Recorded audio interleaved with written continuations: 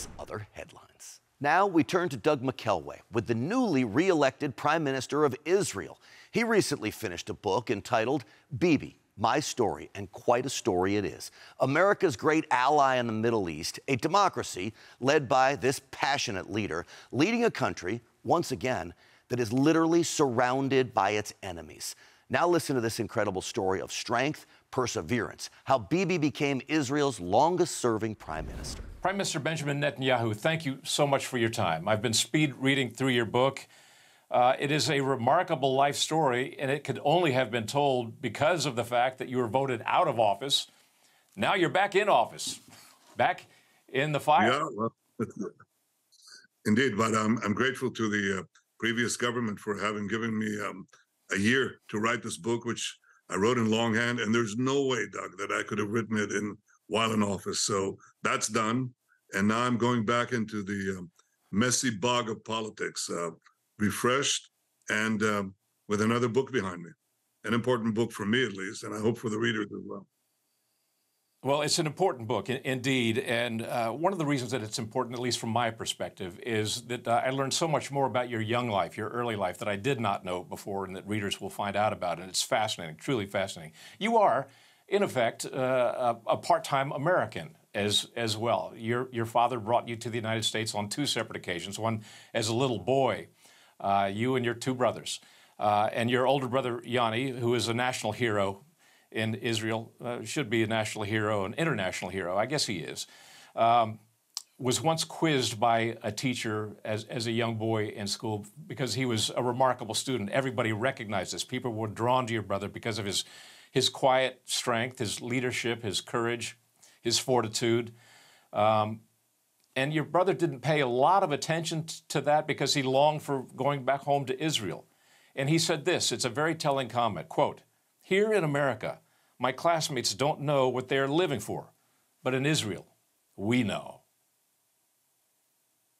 Well, we certainly do, and I think many Americans know that too, because our time in America afforded Yoni and me and my younger brother Ido the opportunity to appreciate and admire America as ultimately as the guarantor of liberty in human civilization. Because if it weren't for America, we'd all be living under the boot of totalitarian regimes. The pictures you see there that I see on the screen are of me, because having studied high school in America, I followed Yoni going back to Israel. We both served in the same elite forces, special forces of the Israeli army. And my younger brother actually joined us. So we were three brothers in a tiny unit. It doesn't include more than 100 fighters. And I became an officer. You see me there. Believe it or not, that was me once. We took part in many clandestine operations behind enemy lines. I described that my years as a soldier and an officer in a special unit. But things came to a head when they had to separate us because we couldn't be on the same missions, especially storming a hijacked aircraft in which I was wounded. You see me there in a sling. But we did that. Yoni was very anxious to join me in that rescue. And I said, you can't go in there. There are only 16 soldiers and I'm there with my soldiers. You can't come in there. And he said, well, I'm the most experienced combat soldier and officer in the unit. I said, that's true, but you're my brother and you're not going in. And he said, well, I'll replace you. I said, you can't. These are my soldiers. He said, so we'll both go in. And I said, think of father and mother. Think of what would happen if one of us or both of us got killed. And then he said something I'll never forget. He said, Bibi, my life is my own and my death is my own. And I couldn't accept that, of course. We went in sharp disagreement to the unit commander. He decided in my favor. Yoni was left behind with Moshe Dayan, the defense minister, and Shimon Peres, who was the transportation minister at the time, waiting to see how we would liberate this aircraft, the first time anybody tried it in history. Well, we succeeded, but I got wounded by friendly fire in the course of the liberating the hostages. And I was taken off the plane. I was given morphine on the tarmac to ease the pain. And I saw Yoni running from a distance to me, running, this terrible look of distress on his face. And as he got closer and closer, he sort of hovered above me. He saw the white splatter of blood on my sleeve. And he said to me, and this big grin spread on his face, and he said, "See, Bibi, I told you not to go." So he was very happy that I didn't die. And I left Well, the unit and went to study in the United States. He stayed and became the commander of this special unit. And 4 years later, liberated another hijacked plane that was taken to the heart of Africa in the most spectacular rescue mission of modern times. They liberated all the hostages, but there was one military casualty, and it was him, the commander, who fell while leading his men first. right. Your older brother Yanni, again, a national hero in Israel, a hero whose death is honored every year in your home country. And you describe in the book the utter, total devastation upon learning of his death, because he was truly an innate leader. He had these qualities that very, very few people have. And you looked up to him like few younger brothers look up to their older brothers that I've ever seen. Describe for us the moment you learned that he had been killed in the Entebbe raid. Again, a raid which goes down in human history as perhaps the most effective anti-terrorism operation in history. Well, it occurred on the 4th of July, 1976, the bicentennial of the United States, which was a great celebration of liberty. And I was with other Israeli students at MIT at the time, and I was taking in the sights, the tall ships in the Boston Harbor, and everybody was on a picnic, and everybody was celebrating. And all of a sudden, we heard the news break out in the radio that an Israeli commando force had liberated these hostages who had been held in Entebbe, Uganda, and they were making their way back to Israel. And I was very happy. I was overjoyed. And then I heard something on the radio that disturbed me, because they said one officer was killed. And I asked, why did they say officer? Normally they'd say one soldier was killed. Why did they say officer? So I went to the bookshelf, took out a world atlas, computed the distance from Israel to Entebbe, several thousand miles. I figured that would take 3 to 4 Hercules transport planes. That means 150 to 200 soldiers. A quarter of them at least would be officers, because they'd fight to get into such a mission. So what were the odds? 1 to 50. We've been through worse odds before in the unit, and we came out alive. And yet I couldn't rest. I called my younger brother, Ido, in Israel, and I asked, is Yoni back? I didn't ask, was Yoni leading it? There was no question that our unit would lead such a mission. And he said, no, he hasn't come back. And then I called back a few hours later, and he said, has he come back? And he said, no, but I sense something is not right. And then a few hours later, the phone rang, and it was Ido, my brother, on the other side. And before I picked up the phone, I said to my wife, it's Ido calling to tell me that Yoni has been killed. And Ido said to me that Yoni had been killed. And there was this indescribable silence of agony on both sides of the line. And I said the only thing I could think of at that point were my parents. My father was teaching, he's a historian, and he was teaching at the time at Cornell University in Ithaca, New York.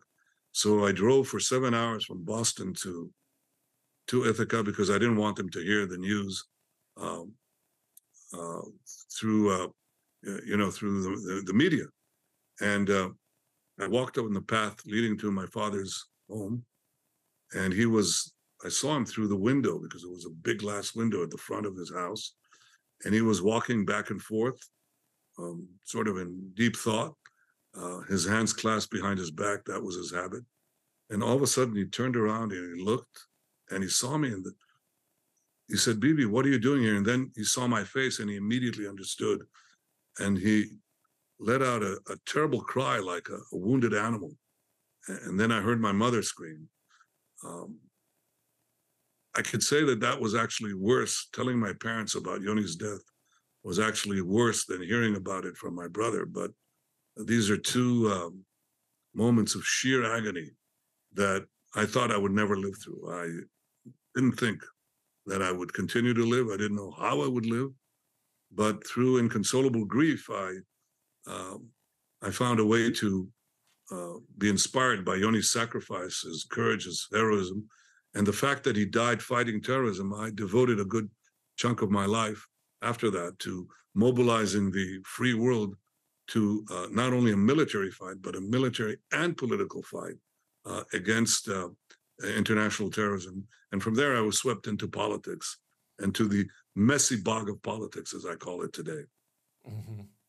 You had a premonition that your brother was going to die, it sounds like to me. And the interesting thing to me is that he also had a premonition about your future. You didn't learn this until later in life, but one of his, I believe it was either high school or college roommates, later confided in you.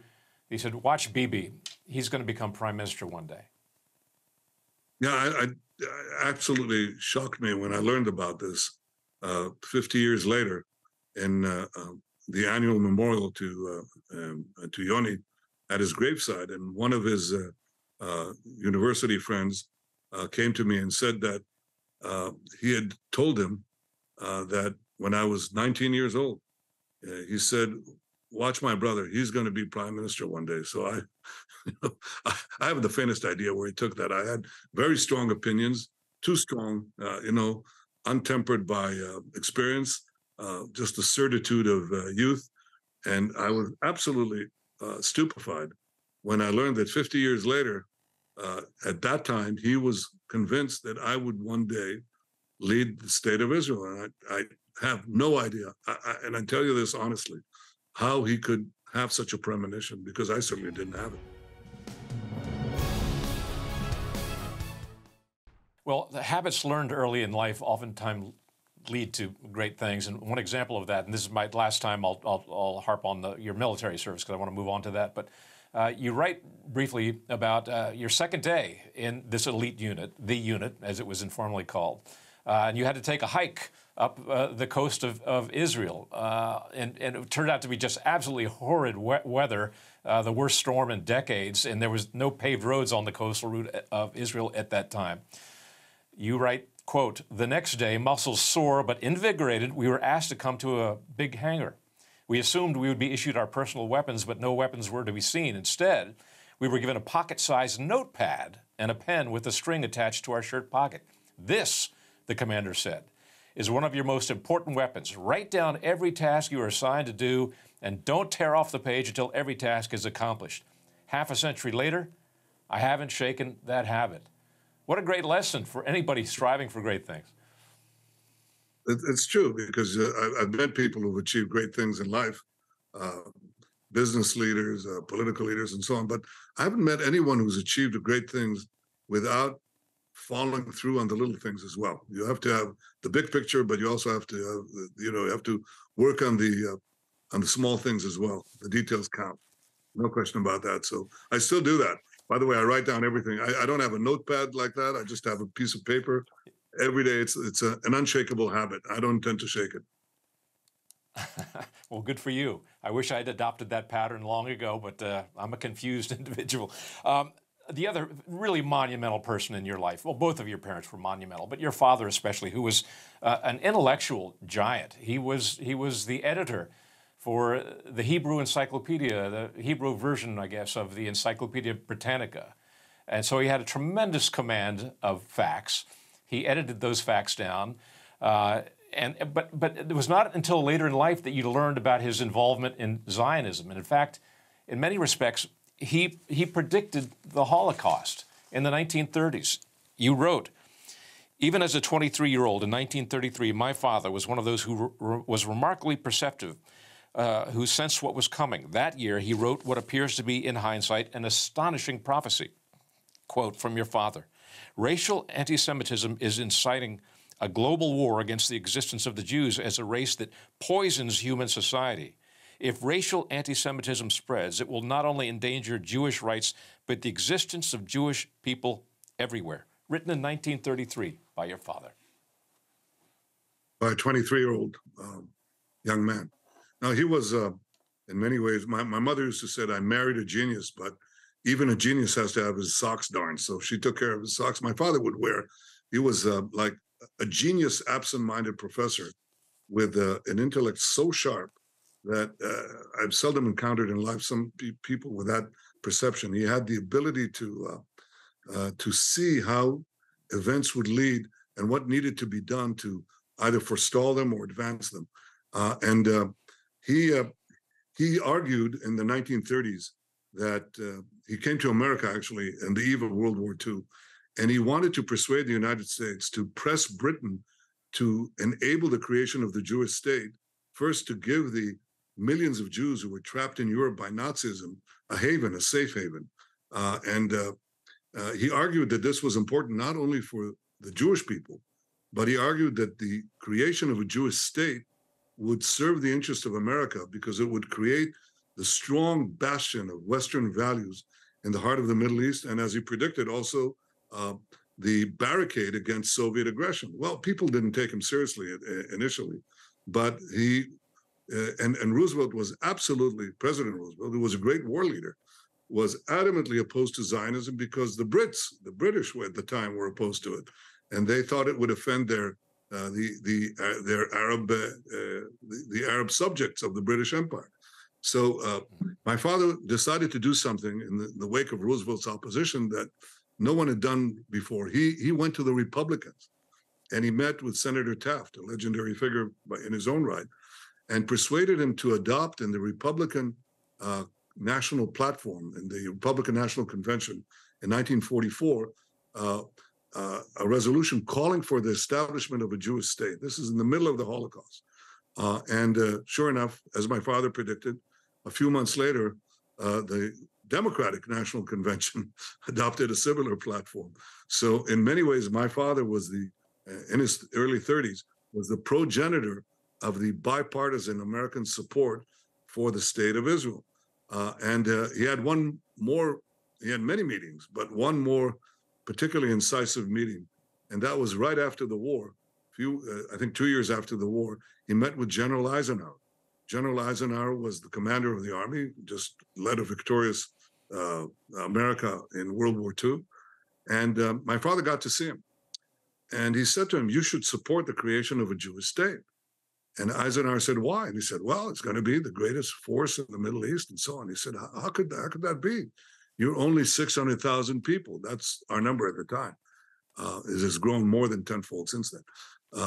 And my father said, "General, you've just seen in 2 world wars how we Jews fight for others. Can you imagine how powerful we'll be when we fight for ourselves?"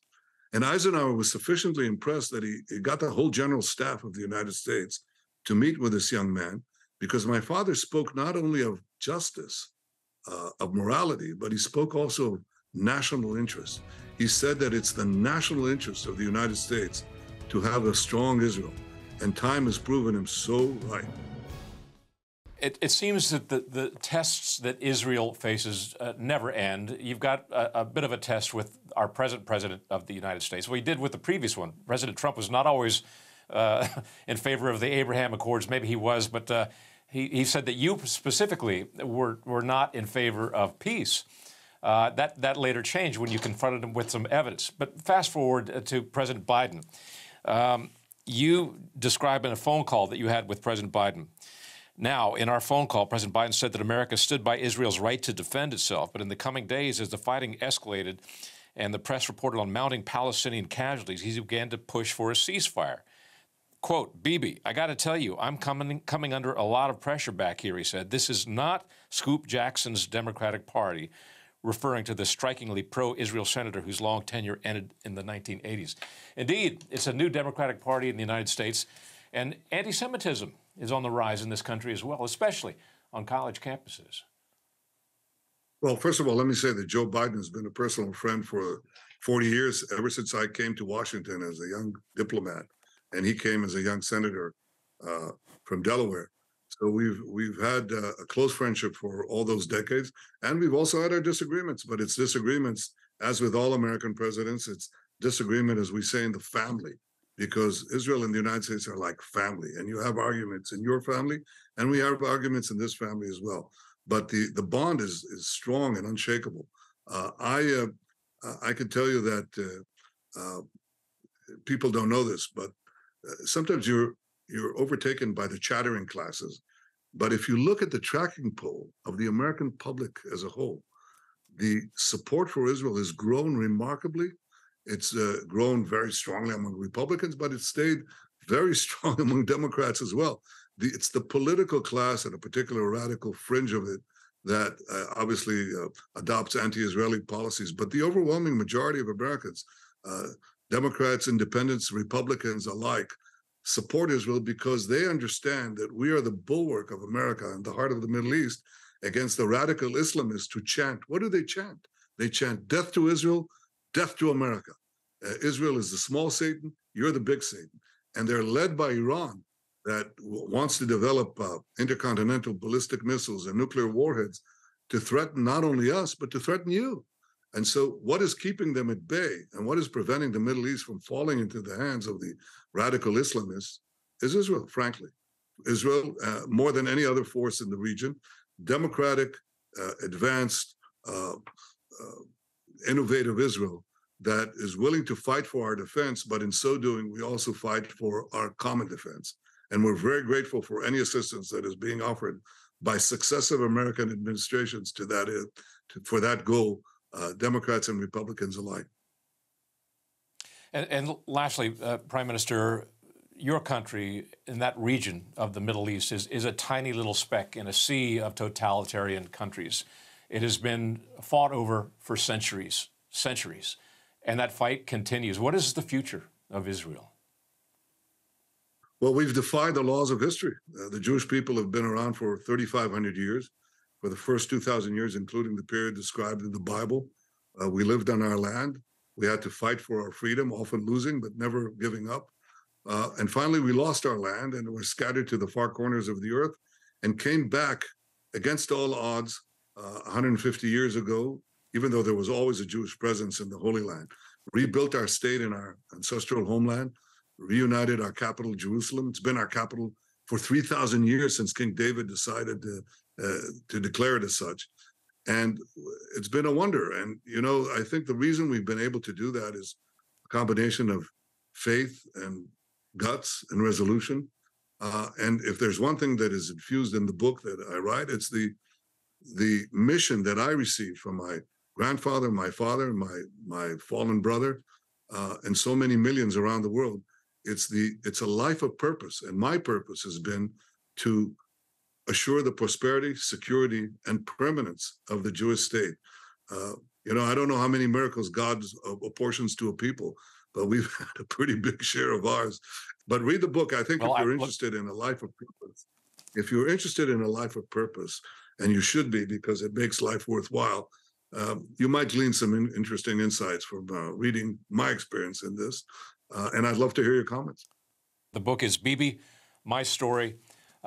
Prime Minister, thank you so much for your time. You have been a monumental force, your family has been a monumental force in the history of Israel, the survival of Israel, and in the cause of world peace. Thank you so much for your time. Hey, I'm Mati Shoshani, and thank you for watching the TBN Israel YouTube channel. We hope this video gave you greater understanding of Israel and her people. If you haven't already, subscribe to our channel and hit the notification bell so you never miss a video. We'd love to hear from you, so be sure to share what you've learned and ask your questions in comments below. And invite your friends to join the conversation.